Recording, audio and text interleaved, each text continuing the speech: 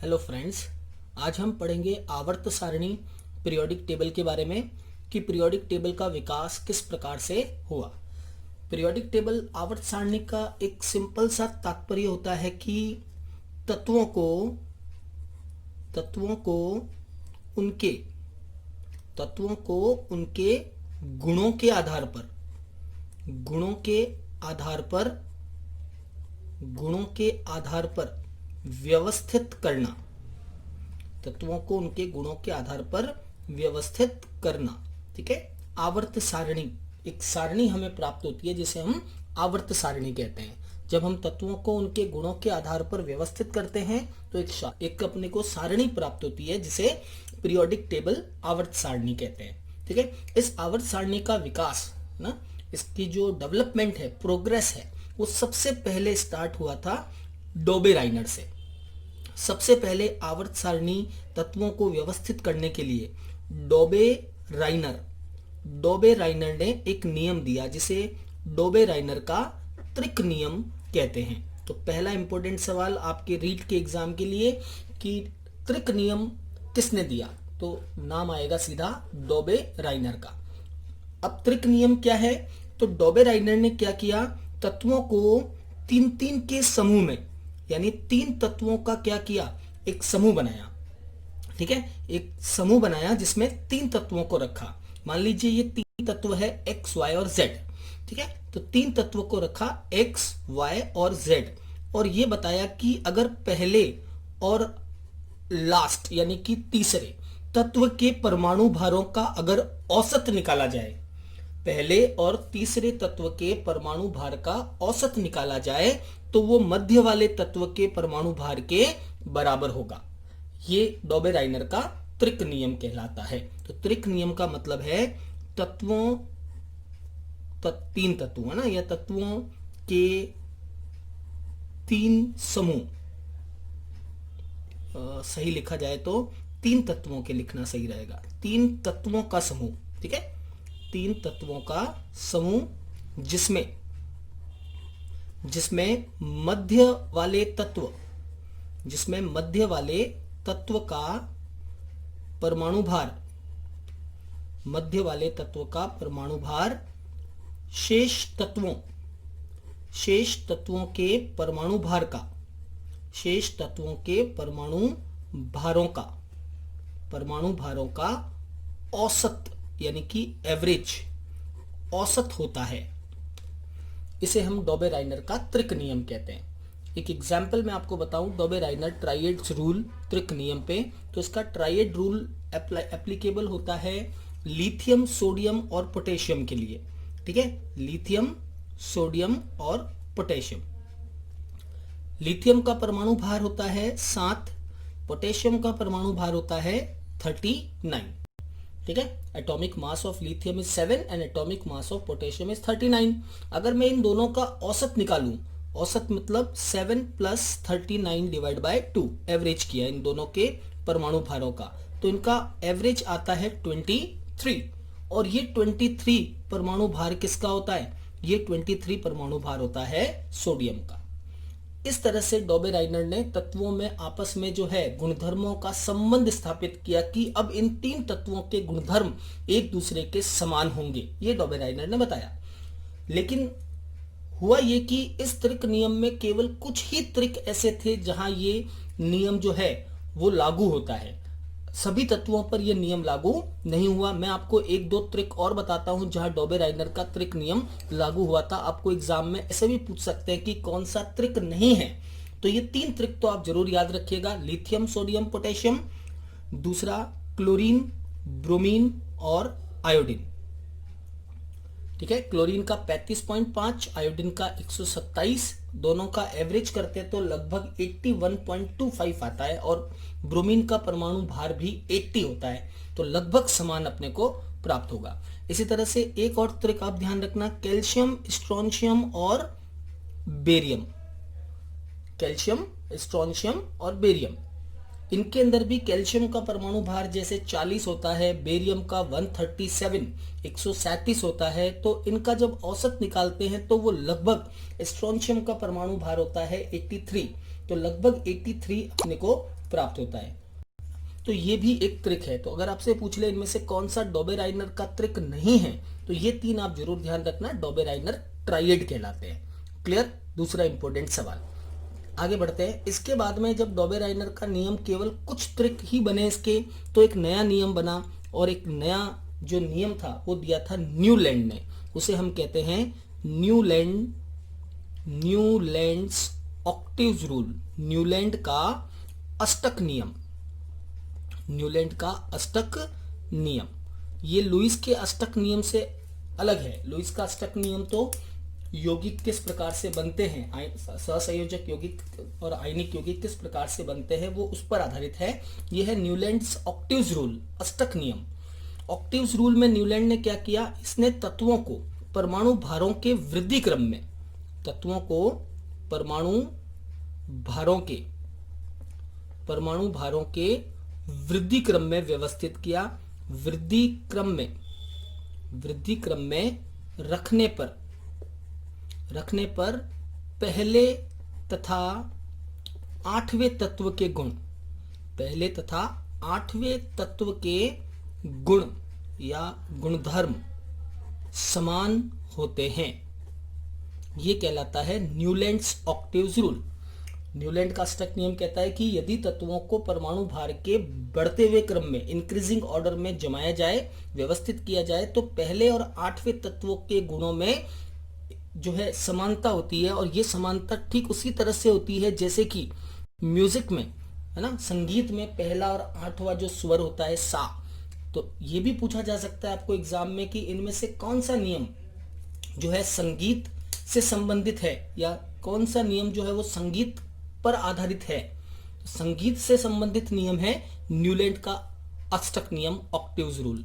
Exemplify करके बताते हैं कैसे। जैसे लिथियम के आगे आता है beryllium, boron, carbon, nitrogen, oxygen और फ्लोरीन।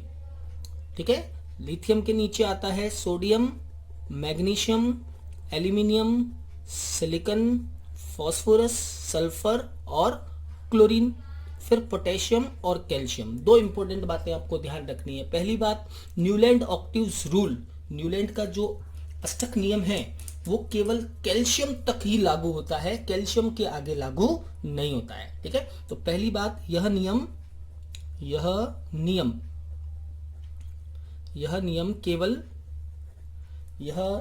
केवल कैल्शियम, ठीक है, Ca, केवल कैल्शियम Ca तक लागू होता है। उसके आगे न्यूलैंड्स ऑक्टेव रूल्स लागू नहीं होता है, सिर्फ कैल्शियम तक लागू होता है। उसके बाद में इस नियम में चेंजेस आने लग जाते हैं। ठीक है। दूसरी बात, न्यूलैंड ऑक्टेव्स रूल जो है उसमें क्या बताया गया कि जो पहला तत्व है, जैसे कि ये लिथियम है, इसके बाद जो आठवां तत्व आएगा, है ना, 1 2 3 4 5 6 7 और 8 सोडियम, तो लिथियम के गुण और सोडियम के गुण क्या होंगे, एक समान होंगे। वैसे ही सोडियम और पोटेशियम के गुणों में क्या होगी, समानता होगी, क्योंकि सोडियम के साथ में आठवां तत्व कौन सा आएगा, पोटेशियम। इसी तरह से बेरिलियम के गुण मैग्नीशियम से मिलेंगे, कार्बन के गुण सिलिकॉन से मिलेंगे, ऑक्सीजन के गुण सल्फर से मिलते हैं। गुणधर्म यानी प्रॉपर्टीज जो है वो सल्फर से मिलती है। इसे हम न्यूलैंड का अष्टक नियम, न्यूलैंड ऑक्टेव्स रूल कहते हैं। यह नियम केवल कैल्शियम तक लागू होता है। और दूसरी इंपॉर्टेंट बात, जब किसकी खोज हो गई, अक्रिय गैसों की, तो अक्रिय गैसों की खोज होने के बाद में यह नियम क्या हो गया, फेल हो गया। अक्रिय गैसों की खोज के बाद यह नियम ठीक है यह नियम विफल हो गया। क्यों हो गया विफल, क्योंकि अब आठवां तत्व नहीं था वो। अक्रिय गैसों के बाद ये नियम विफल हो गया, क्योंकि अक्रिय गैसों के आने के बाद ये जो तत्व है वो आठवां तत्व ना होकर के नौवां तत्व हो गया, है ना, 9th एलिमेंट हो गया। इसलिए अक्रिय गैसों की जब यहाँ पे खोज हुई, यहाँ पे एक कॉलम और बढ़ा, तो ये नियम अब फेल हो गया, क्योंकि इसने आठवां तत्व बोला था जो अब आठवां नहीं रहा, अब वो 9th एलिमेंट हो गया। तो दो बातें ध्यान रखनी है, कैल्शियम तक लागू होता है, और दूसरा अक्रिय गैसों की खोज के बाद ये नियम विफल हो गया, फेल हो गया। इसके बाद में तीसरा जो आवर्त सारणी में नियम दिया गया, आवर्त सारणी का बनाने में जो योगदान दिया गया, वो था लोथर मेयर का, जिसे हम कहते हैं लोथर मेयर वक्र। Lothar mayor curve. तो ये भी आप थोड़ा ध्यान रखना कि लॉथर मेयर ने पीरियोडिक टेबल में क्या कंट्रीब्यूशन दिया। ठीक है, इन्होंने क्या किया, लॉथर मेयर ने एक वक्र बनाया, एक कर्व बना के आवर्त सारणी में तत्वों के गुणों में समानता को बताया। ये क्या था, लॉथर मेयर वक्र जो है वो वास्तव में तत्वों के भौतिक गुणों, तत्वों के भौतिक गुणधर्म, फिजिकल प्रॉपर्टीज ऑफ एलिमेंट, जैसे कि तत्वों का क्वथनांक या तत्वों का गलनांक या उनका घनत्व, डेंसिटी, तत्वों के भौतिक गुण और उनके परमाणु भार के बीच में, ठीक है, तत्वों के भौतिक गुण और परमाणु भार के मध्य एक ग्राफ बनाया और उस ग्राफ को हम कहते हैं लॉथर मेयर वक्र। इस वक्र में आपको पोजीशन पूछ सकते हैं कि लॉथर मेयर वक्र में क्षारीय धातुओं की स्थिति क्या है या क्षारीय मृदा धातु तत्वों की स्थिति क्या है। ठीक है, तो देखो लॉथर मेयर वक्र कुछ इस प्रकार से हम बनाते हैं। इस वक्र में यहाँ तो फिजिकल प्रॉपर्टीज है, कोई भी भौतिक गुणधर्म है उसका, और भौतिक गुणधर्म के साथ परमाणु भार। ठीक है, ग्राफ कुछ इस तरह से बनता है कि सबसे पहले लिथियम के बाद ये ग्राफ स्टार्ट होता है, देखिए इस तरह से पीक्स के रूप में प्राप्त होता है। ऐसे ये ग्राफ हमको पीक्स की फॉर्म में इस तरीके से 1 by 1 पीक्स मिलती है ग्राफ में। ठीक है, ये इस तरीके से ग्राफ प्राप्त होता है। ये कर्व कहलाता है लॉथर मेयर वक्र, लॉथर मेयर कर्व। इस कर्व में कुछ बातें आपको ध्यान रखनी है कि जितने भी क्षारीय धातु हैं वो हमेशा पीक में टॉप पे रहते हैं। पीक में टॉप पे means lithium, sodium, potassium, rubidium और सीजियम। क्षारीय धातुओं को इस वक्र में सबसे ऊपर शिखर पे स्थान दिया गया है।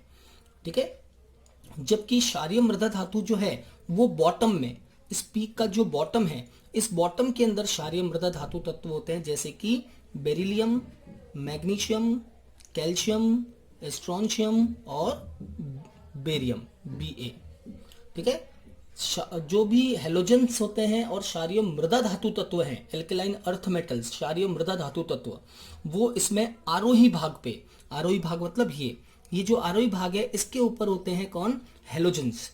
जितने भी हेलोजेंस हैं वो इस आरोही भाग के ऊपर, और अक्रिय गैसें भी इस आरोही भाग के ऊपर होती है। जैसे हेलोजेंस में आ गया जैसे फ्लोरीन, ठीक है ना, इस तरह से क्लोरीन, इस तरह से ब्रोमीन और आयोडीन। और जो अक्रिय गैसें होती है वो भी इसके आरोही भाग पे होती है। और जितने भी डी ब्लॉक के एलिमेंट्स होते हैं, डी खंड के तत्व, मैं अलग से लिख देता हूं उसको नीचे यहाँ पे, ये डी ब्लॉक एलिमेंट्स को कहाँ स्थान दिया गया है, डी ब्लॉक एलिमेंट्स यहाँ पेंदे में है ना, यहाँ पेंदे के ऊपर डी ब्लॉक एलिमेंट्स और एफ ब्लॉक एलिमेंट्स पेंदे के अंदर होते हैं इस वक्र में। क्लियर, तो ये कहलाता है लॉथर मेयर वक्र या लॉथर मेयर कर्व। आपको सिर्फ क्षारीय धातुओं की स्थिति और क्षारीय मृदा धातुओं की स्थिति इसमें ध्यान रखनी है, क्वेश्चन पूछे तो अपन जवाब दे सकें कि क्षारीय मृदा धातु और क्षारीय धातु कहाँ होते हैं। ठीक है, फिर फोर्थ पीरियोडिक टेबल बनी जो सबसे ज्यादा फेमस रही थी अपने टाइम पे, वो थी मेंडलीफ की आवर्त सारणी। Fourth periodic table is Mendeleev की आवर्त सारणी। डायरेक्ट क्वेश्चन पूछा जाता है रीट के एग्जाम में और सीधा आंसर देना है उसका। मेंडलीफ की आवर्त सारणी किस पर आधारित है, तो ध्यान रखना मेंडलीफ की आवर्त सारणी जो है वो परमाणु भार पर आधारित है। सबसे पहली इंपॉर्टेंट बात, मेंडलीफ की आवर्त सारणी किस पर आधारित है, मेंडलीफ की आवर्त सारणी परमाणु भारों पर, परमाणु भारों पर आधारित है, परमाणु भारों पर आधारित है। पहला इंपॉर्टेंट सवाल, मेंडलीफ की आवर्त सारणी का आधार क्या है, परमाणु भार। किसका परमाणु भार, तत्वों का परमाणु भार। क्या कहा मेंडलीफ ने कहा कि यदि तत्वों को परमाणु भार के, यदि तत्वों को परमाणु भारों के वृद्धि क्रम में, बढ़ते हुए क्रम में, ठीक है, परमाणु भारों के वृद्धि क्रम में व्यवस्थित किया जाए तो एक निश्चित अंतराल के पश्चात, तो एक निश्चित अंतराल के बाद, अंतराल के पश्चात समान गुण वाले तत्व की पुनरावृत्ति होती है। समान गुण वाले तत्व की पुनरावृत्ति मतलब रिपीटेशन, पुनरावृत्ति होती है। ठीक है, ये कहलाता है मेंडलीफ का आवर्ती नियम। यदि तत्वों को परमाणु भारों के बढ़ते हुए क्रम में व्यवस्थित किया जाए तो एक निश्चित अंतराल के पश्चात समान गुण वाले तत्व की पुनरावृत्ति होती है। इसे मेंडलीफ का आवर्ती नियम, मेंडलीफ का आवर्ती नियम कहते हैं, आवर्ती नियम कहते हैं। यानी कि तत्वों के जो गुणधर्म होते हैं वो उनके परमाणु भारों के आवर्ती फलन होते हैं, periodic functions of their atomic mass, परमाणु भारों के आवर्ती फलन होते हैं। तो बस अपने को इसमें पूरी लैंग्वेज में पूरे में क्या ध्यान रखना है, मेंडलीफ की आवर्त सारणी का आधार क्या है, परमाणु भारों का वृद्धि क्रम। ठीक है, अब मेंडलीफ की आवर्त सारणी की खास बातें देखें कि मेंडलीफ की आवर्त सारणी में क्या था। तो जो मेंडलीफ की पीरियोडिक टेबल थी उसमें कुछ तो क्षैतिज पंक्तियां थी और कुछ जो है ऊर्ध्वाधर वर्ग थे। उनके नाम आपको ध्यान रखने हैं। क्षैतिज पंक्तियां जो थी उनको कहा गया था आवर्त यानी कि पीरियड, और ऊर्ध्वाधर जो वर्ग थे उन्हें कहा गया समूह या स्तंभ या वर्ग। ठीक है, उस ऊर्ध्वाधर जो स्तंभ थे, वर्टिकल कॉलम, उन कॉलम को बोला गया समूह या वर्ग। आवर्त की संख्या कितनी है याद रखना, मेंडलीफ की आवर्त सारणी में 7 आवर्त हैं। ठीक है, 7 पीरियड्स हैं मेंडलीफ की आवर्त सारणी में। और कितने वर्ग हैं, तो मेंडलीफ की आवर्त सारणी में 8 वर्ग हैं। 8 जो है 8 ग्रुप्स बने हुए हैं, 8 वर्ग हैं, जबकि 7 पीरियड यानी कि आवर्त हैं। कौन कौन से 7 आवर्त हैं, तो ध्यान रखना कि आवर्त का मान 1 से चालू होता है, n = 1, n = 2, 3, 4, 5, 6, n = 4, 5, 6 एंड 7, 6 और n = 7।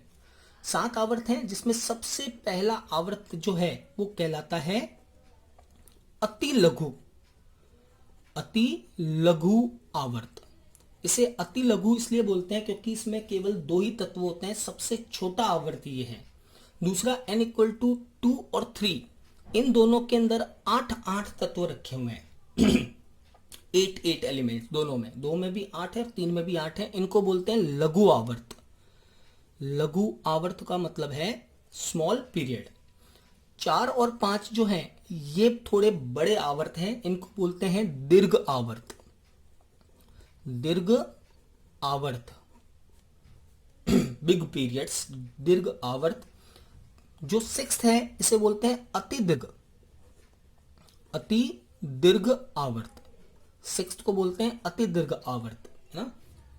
लार्जेस्ट या लार्जर जो है बिग पीरियड, ये वाला कहलाता है अति दीर्घ आवर्त। और सबसे लास्ट में जो N7 है वो अपूर्ण है, उसे बोलते हैं अपूर्ण आवर्त, इनकम्प्लीट पीरियड या अपूर्ण आवर्त। इस तरह से मेंडलीफ की आवर्त सारणी में 7 आवर्त है। पहला आवर्त जिसमें 2 तत्व हैं, दूसरे और तीसरे में 8 तत्व हैं, चौथे और 5वें में 18 तत्वों को रखा गया है। 6th पीरियड के अंदर 32 तत्व रखे हुए हैं, 32 एलिमेंट्स। और n = 7 जो है अपूर्ण आवर्त है, इसमें नए तत्वों को लगातार भरा जाता है। ठीक है, इसलिए इसे अपूर्ण आवर्त कहते हैं। फिर मेंडलीफ की आवर्त सारणी में वर्गों की संख्या कितनी थी, अगर सीधा सवाल पूछे एग्जाम में तो आप कहेंगे 8 वर्ग थे। लेकिन अगर आपको पूछ ले कि अक्रिय गैसों की खोज के बाद कितने हो गए, तो 9 हो गए। ये आप जरूर ध्यान रखना, मैं स्पेशली लिख रहा हूं।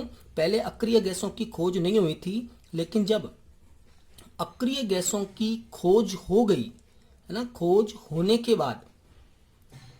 बाद अक्रिय गैसों की खोज होने के बाद मेंडलीफ की आवर्त सारणी में वर्ग की संख्या कितनी हो गई, तो वर्गों की संख्या 9 हो गई।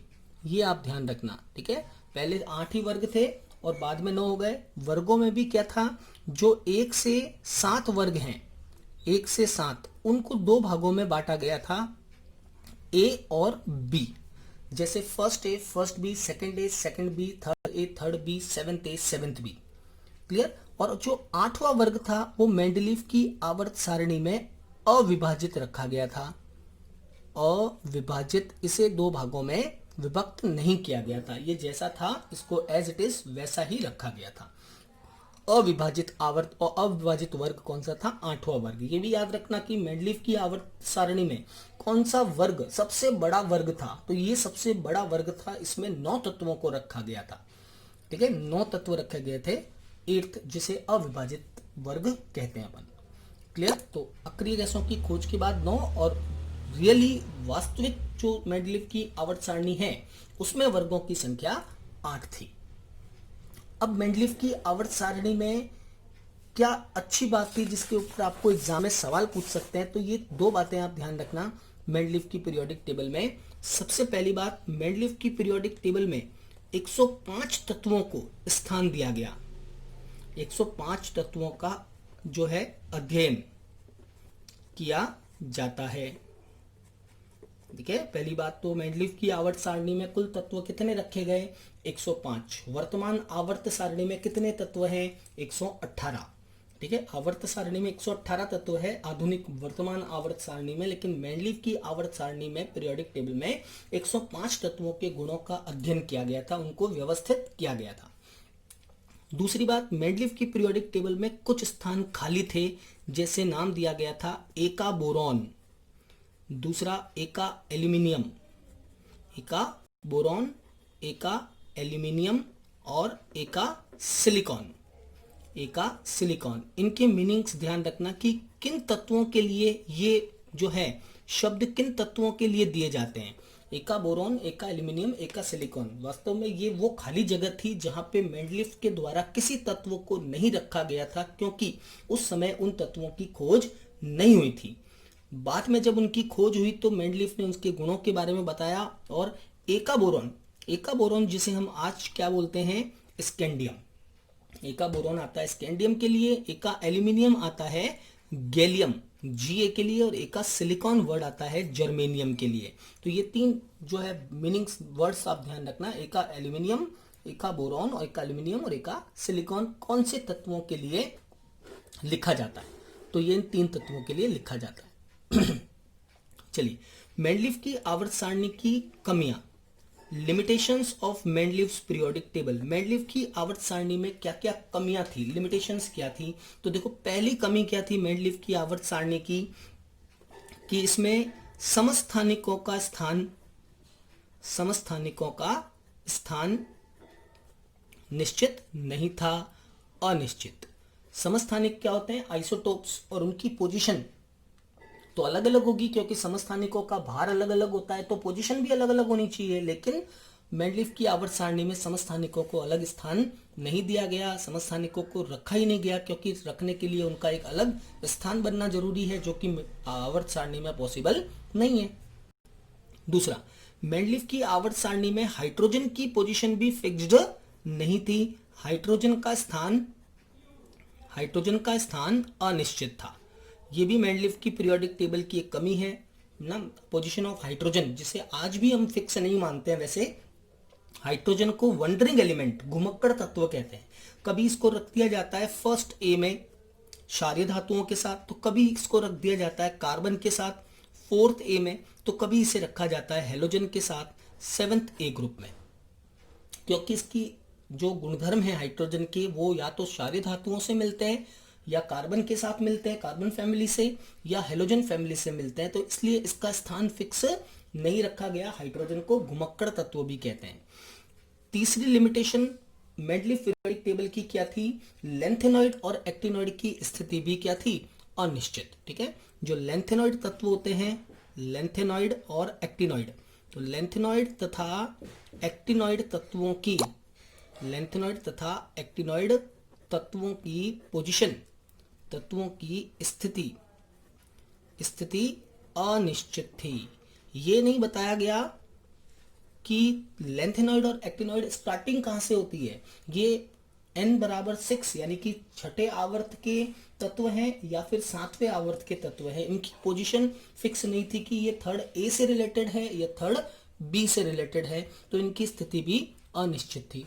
चौथी कमी मेंडलीव की आवर्त सारणी, आपको एग्जाम में सवाल भी ऐसे ही पूछा जा सकता है, इनमें से कौन सा मेंडलीव की आवर्त सारणी की एक कमी है? तो ये मेंडलीव की आवर्त सारणी की कमियां हैं। एक कमी मैं आपको और बताता हूं जो इंपॉर्टेंट है। मेंडलीव की आवर्त सारणी आधारित है परमाणु भारों के वृद्धि क्रम में, लेकिन वास्तव में इसने कई जगहों पर परमाणु भारों के वृद्धि क्रम का उपयोग, परमाणु भारों के वृद्धि क्रम का उपयोग नहीं किया। ठीक है, हर जगह पे नहीं, वैसे तो परमाणु भारों के वृद्धि क्रम पे आधारित है ये, लेकिन कहीं कहीं पे इसने परमाणु भारों के वृद्धि क्रम को फॉलो नहीं किया। कहीं कहीं पे अधिक परमाणु भार वाले को पहले और कम परमाणु भार वाले को बाद में रख दिया। जैसे मैं आपको एक सिंपल एग्जांपल बताता हूं, वो है आर्गन का। आर्गन और दूसरा है पोटेशियम। आर्गन का परमाणु भार होता है 39.9 39.9 और पोटेशियम का परमाणु भार होता है 39। तो पहले किसको रखना चाहिए था? पोटेशियम, फिर आना चाहिए था आर्गन, लेकिन पहले रखा जाता है आर्गन को, बाद में रखा जाता है पोटेशियम को। तो ये मेंडलीव की आवर्त सारणी की कमी है कि अगर आप परमाणु भार के वृद्धि क्रम को फॉलो कर रहे हो तो कंप्लीट फॉलो करो। बीच में कहीं कहीं पे इसने परमाणु भारों का वृद्धि क्रम सही रूप से फॉलो नहीं किया। जैसे कोबाल्ट को निकल से पहले रखा, जबकि निकल का परमाणु भार कोबाल्ट से जो है वो कम होता है। निकल पहले आना चाहिए, कोबाल्ट बाद में आना चाहिए, लेकिन कोबाल्ट पहले रखा गया, निकल बाद में रखा गया। तो परमाणु भारों के वृद्धि क्रम में अनियमितता थी। ये मेंडलीव की आवर्त सारणी की कमियां। ठीक है, उसके बाद में आती है आधुनिक आवर्त सारणी, मॉडर्न पीरियोडिक टेबल। ठीक है, modern periodic table, 4th point, modern periodic table, आधुनिक आवर्त सारणी या वर्तमान आवर्त सारणी। मॉडर्न पीरियोडिक टेबल जो है ये आधारित थी एक वैज्ञानिक के प्रयोग पर, और उस वैज्ञानिक का नाम था हेनरी मोज़ले। तो आधुनिक आवर्त सारणी जो है वो हेनरी मोज़ले के द्वारा दी गई। अपन यूं कहेंगे आधुनिक आवर्त सारणी। मोज़ले के अनुसार तत्वों के भौतिक एवं रासायनिक गुण, इसने क्या किया, मेंडलीव का आवर्ती नियम ही आपको याद रखना है, लेकिन इतना ध्यान रखना है कि ये परमाणु भारों की जगह परमाणु क्रमांक पर आधारित होती है। परमाणु क्रमांक पर आधारित, यानी कि एटॉमिक नंबर पर आधारित होती है, परमाणु क्रमांक पर। तो इस आवर्त सारणी का आवर्त नियम क्या है? इसका आवर्ती नियम है कि तत्वों के भौतिक एवं रासायनिक गुणधर्म, भौतिक तथा रासायनिक गुणधर्म, केमिकल प्रॉपर्टीज, रासायनिक गुणधर्म, उनके परमाणु भार की जगह पे आपको क्या करना है? क्रमांक, परमाणु क्रमांक के आवर्ती फलन होते हैं। परमाणु क्रमांक के आवर्ती फलन होते हैं। आवर्ती फलन होने का मतलब एक निश्चित अंतराल के बाद समान गुण वाला तत्व रिपीट होकर वापस आता है, पुनरावृत्ति होती है समान गुण वाले तत्व की निश्चित अंतराल के पश्चात, उसे हम कहते हैं आवर्ती गुणधर्म।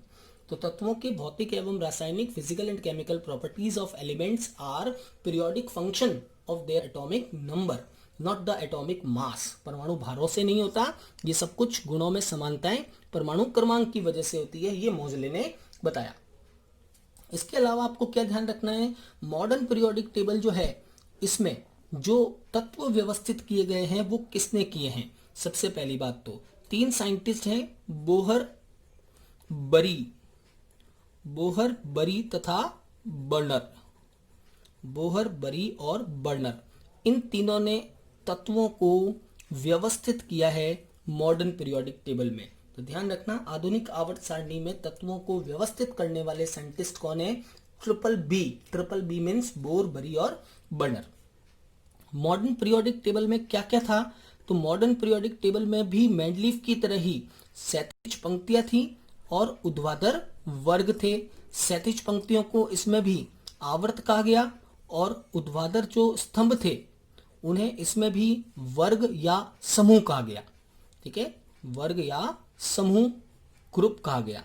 ठीक है, आवर्त यानी पीरियड की संख्या उतनी थी जितनी मेंडलीव की आवर्त सारणी में थी। 7 आवर्त थे मेंडलीव की आवर्त सारणी के समान, लेकिन वर्गों में कुछ चेंज किया गया था। आधुनिक आवर्त सारणी में वर्गों की संख्या कितनी है? 18 वर्ग हैं। मेंडलीव की आवर्त सारणी में जो 2 भागों में बांटे गए थे, 1 से 7 वर्ग, उनको विभाजित कर दिया गया सबको, और 7 के डबल यानी कि 14 वर्ग बन गए। 8वां वर्ग जो था उसमें 3 वर्गों को शामिल किया गया, उन्हें भी अलग कर दिया, तो 14 और 3 17 वर्ग बन गए और एक अक्रिय गैसों के जुड़ने से एक वर्ग बन गया 18। तो मॉडर्न पीरियोडिक टेबल में कुल वर्गों की संख्या 18 है। ठीक है, ये याद रखना है, 18 वर्ग है और 7 आवर्त है। और दूसरा इंपॉर्टेंट लाइन, ये परमाणु क्रमांक पर आधारित है, परमाणु भार पर नहीं। क्लियर?